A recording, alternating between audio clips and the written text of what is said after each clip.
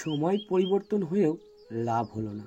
রায় অনির্বাণের সন্তান আসতেই শেষ হচ্ছে মিঠিছোড়া ধারাবাহিকটি। জি বাংলার জনপ্রিয় ধারাবাহিক এটি। তিন বোনের জীবনের গল্পকে কেন্দ্র করে তৈরি হয়েছে এই ধারাবাহিক। তাদের জীবনের নানা ওঠাপড়া, সম্পর্কের জটিলতা এবং প্রেমের কাহিনী এই সিরিয়ালের মূল আকর্ষণ। বিশেষ করে রায়পূর্ণা ও অনির্বাণের প্রেম কাহিনী দর্শকদের মন জয় করেছে। তবে সম্প্রতি এই ধারাবাহিকের ভবিষ্যৎ নিয়ে টেলিপাড়ায় নানা গুঞ্জন শোনা যাচ্ছে। এই বিষয়ে ধারাবাহিকের অভিনেতা ও অভিনেত্রীর প্রতিক্রিয়াও সামনে এসেছে। কেউ কেউ বিষয়টা গুজব বলে উড়িয়ে দিলেও কেউ আবার পরোক্ষভাবে স্বীকার করেছে যে শোয়ের ভবিষ্যৎ অনিশ্চিত। টিআরপি কম থাকলে ধারাবাহিকের উপর চাপ পড়ে।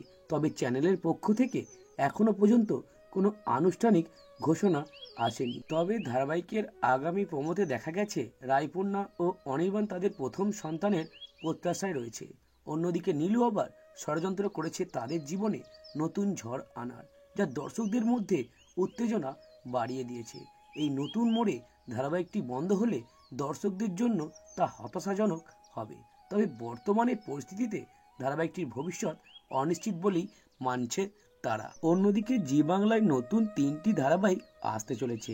একটি দুর্গামণি ও বাঘা মামা, তৃতীয় তুই আমার হিরো এবং তৃতীয় চিরদিনই তুমি যে আমার, যার মধ্যে দুর্গামণি, বাঘা মামা ইতিমধ্যেই সম্প্রচারিত হচ্ছে।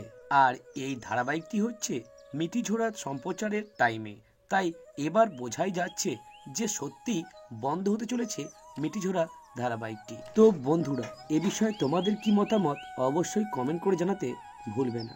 ধন্যবাদ।